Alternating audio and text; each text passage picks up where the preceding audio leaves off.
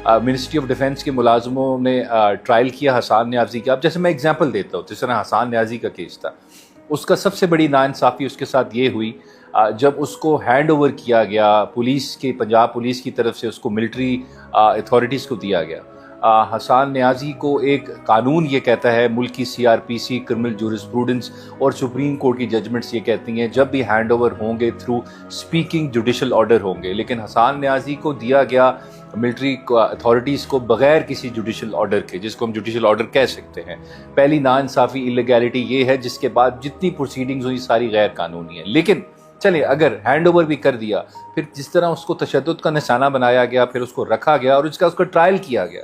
अभी तो हम बात कर रहे थे कि ट्रायल नहीं कर सकते। चलें, अगर आपने ट्रायल कर लिया, फिर उसमें जो प्रोसीजर अडॉप्ट किया गया उस पर बड़े सवालात उठते हैं। और ये सब 104 के 104 लोगों के साथ हुआ।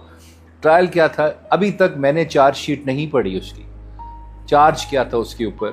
उसके अलावा उस केस में जो उसको फैसला मिला, जो उसको सज़ा मिली, कन्विक्शन मिली और सेंटेंसिंग हुई उसकी, वो फैसला किधर है, हमने अभी तक नहीं पढ़ा। साल से ऊपर हो गया है उसको सज़ा हुए, लेकिन हमने फ़ैसला नहीं पढ़ा कि उस फैसले में क्या है।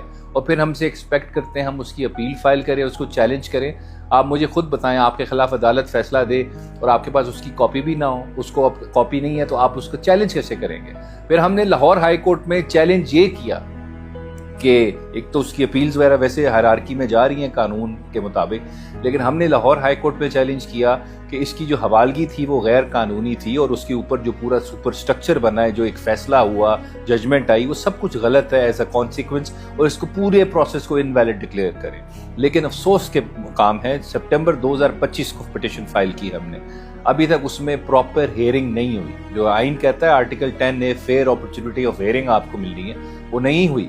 लेकिन अफसोस के मकाम ये है, मुझे नहीं पता रीजंस क्या हैं, लेकिन अभी तक इस केस में 3 से 4 दफ़ा बेंच टूट चुका है, क्योंकि जज साहब कहते हैं ये मैं केस नहीं सुन सकता कुछ पर्सनल रीजंस की वजह से। मुझे नहीं पता उनके पर्सनल रीजंस क्या हैं, लेकिन एक जो रीजनेबल मैन को जो एक इंटरप्रिटेशन इस पूरे इशू पे आती है, वो यही आती है कि शायद इस केस को सुनते हुए लोगों के पर जलते हैं, क्योंकि आइन कानून के मुताबिक अगर फैसला तो करना पड़ा तो इसको तो इलीगल डिक्लेयर करना पड़ेगा। लेकिन क्या वो करेज है हमारी जुडिशरी के अंदर के इस तरह का फैसला दें, ये एक बहुत बड़ा सवालिया निशान है।